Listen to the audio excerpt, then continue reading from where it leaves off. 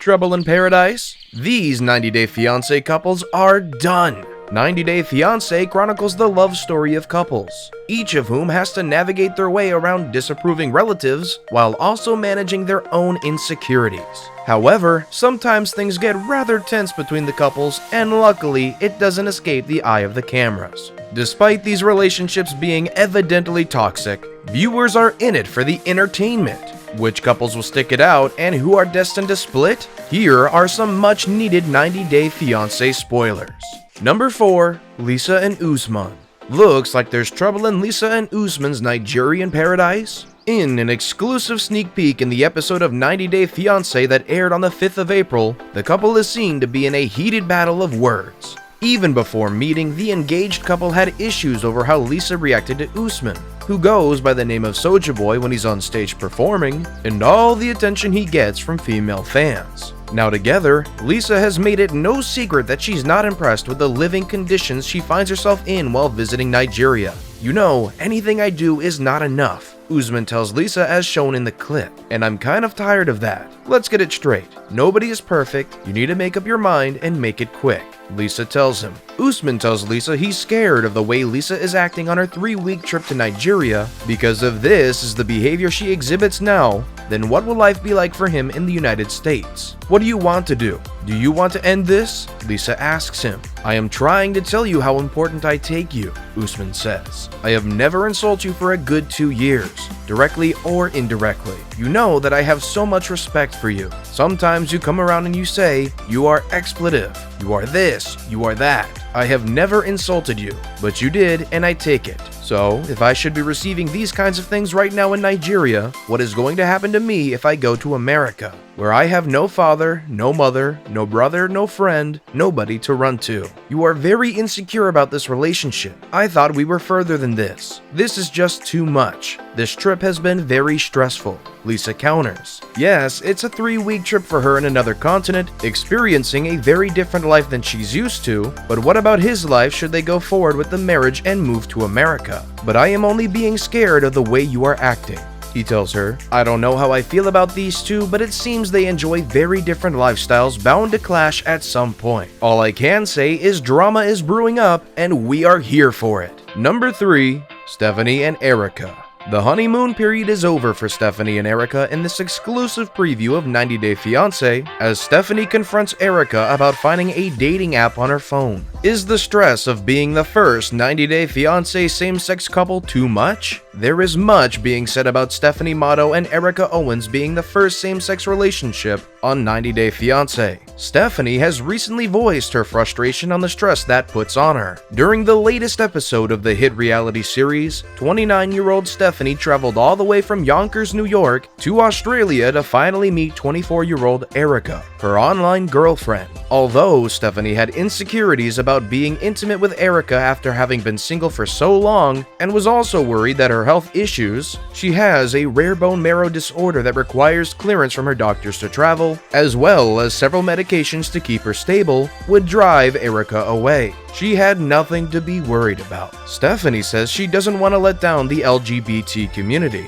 She says she feels a great responsibility to represent them well. In a recent statement, Stephanie Motto also addresses her libido, explaining that one of the medicines she takes for her bone marrow disorder reduces her sex drive tremendously, even though she does have dark secrets from her past. Erica is aware of this side effect and hasn't pressured her new girlfriend for sex, but Stephanie still feels awkward. Erica said she would never want to make Stephanie uncomfortable and was okay with the two just kissing, and was also understanding about the extra precautions she had to take due to her illness. But in this sneak peek, the two have their first fight, when Stephanie confronts Erica over still having a dating app on her phone. Stephanie says she saw the app when Erica showed her something on her phone, though Erica says she hasn't been with anyone else over the 4 months they've been speaking online. After a few tense moments, Stephanie asked Erica if she will delete it.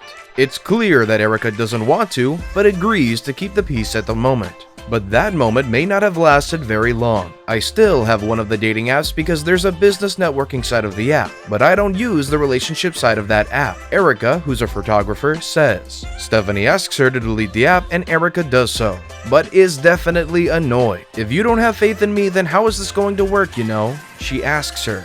Later, Erica continues to voice her disappointment with Stephanie to TLC cameras. Steph asking me to delete this app suggests to me that she doesn't trust me at all, and I think she's going about this in a completely inappropriate way, she says. On to the spoilers, Stephanie's answer to her trust and stress issues is to take a big step and buy a house. She recently announced that she was leaving her apartment in the city and buying a home for her and her dogs, as she turns 30 this year and wants to slow down. She feels this move is good for both her and her fur babies.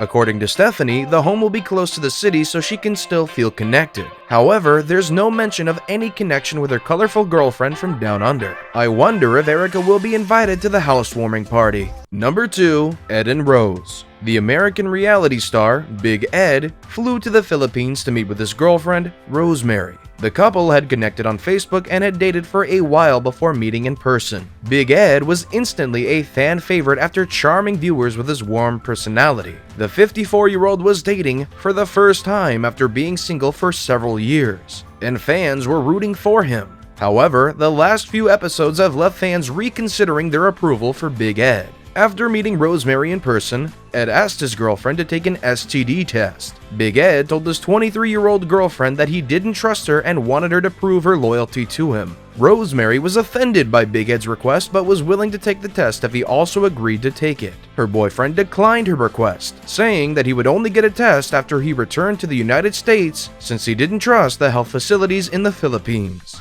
Big Ed's remarks only made Rosemary angrier, but in the last episode, the couple appeared to have made up after their argument. Big Ed tried to make things up to Rose by giving her a perfunctory foot massage. Ed asked Rose what the tag-along word for kiss was, and then used it to ask Rose for a kiss. Rose didn't look thrilled, and it was an awkward moment to say the least. Later, Ed told Rose he expects her to shave her legs. Lying down in bed, Ed turned to Rose and said, don't be mad at me, but I noticed your legs were kind of like mine. They were hairy. Would you shave your legs? He nodded at her while asking her the question. Rose seemed irritated and surprised by Ed's request. Another in a litany of moments that don't paint Big Ed in a positive light. This led to fans questioning his true intentions with Rosemary as she was in her lingerie when Big Ed offered to give her a foot massage and cringed at the awkward moment, with many worried that Big Ed was only in the relationship for sexual gratification.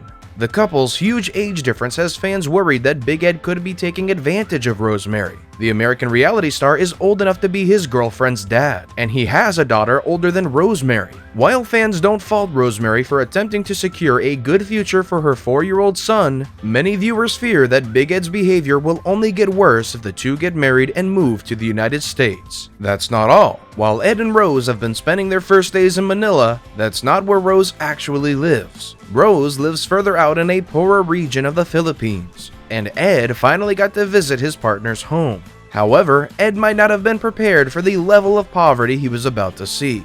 Given his recent requirements of Rose, it may come as no surprise that Ed had a serious reaction to her living situation. Ed also gets to meet Rose's family, including her sister who'd asked him for money. Ed explained, "It's awkward meeting Rose's sister Maria because we have this secret. She asked me for money and asked me not to tell Rose. I still don't know if Rose is involved or not." Maria proceeds to show Ed their family home, which is in the back of a small store the family runs. The home is open to the outside, without windows, which shocks Ed. Ed expresses concern over bats and bugs, and Rose simply laughs it off. Ed told the cameras it's all open up above and they don't really have a front door. It's just kind of a curtain of paper CD covers. It's all concrete with sheets hanging, covering, I guess to make it more homey. I expected it to be pretty bad, but this is really bad. Again, Big Ed disappointed his diehard fans with his remarks on Rose's living conditions. Before we leave these two, let's have a few laughs on Maria's reaction to meeting Ed for the first time.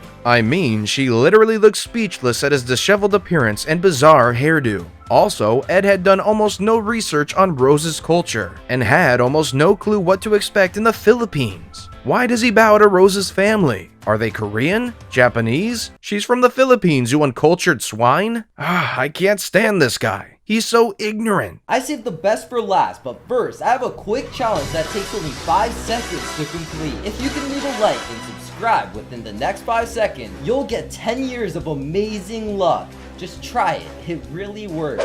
Number 1. Darcy and Tom. Is it the end of the road for Darcy Silva and Tom Brooks? Darcy is done with being in limbo. She was on season 3 with boyfriend Tom and ended the season on good terms, but things fell apart when cameras stopped following them. After their time together in England, Tom gave Darcy a key to his home in Nottingham. While it wasn't the ring she was hoping for, it was still a gesture of love. Once they were reunited at the tell-all batch of episodes, it seemed like things were back on, until Tom went back to London and Darcy remained in the United States. Now Tom is back in the United States and wants to meet with Darcy. Will she get the answers she so desperately wants? Or will this be another breakup meeting? It happened to Darcy in season 2 of Before the 90 Days. Darcy gets emotional thinking about her relationship with Tom and their upcoming meeting. So far, the recent episodes have shown Darcy continuing to be on shaky ground when it comes to where she stands with Tom. The two tentatively decided to give their relationship another shot, but in a recent episode, long-distance communication between the two continued to be tense.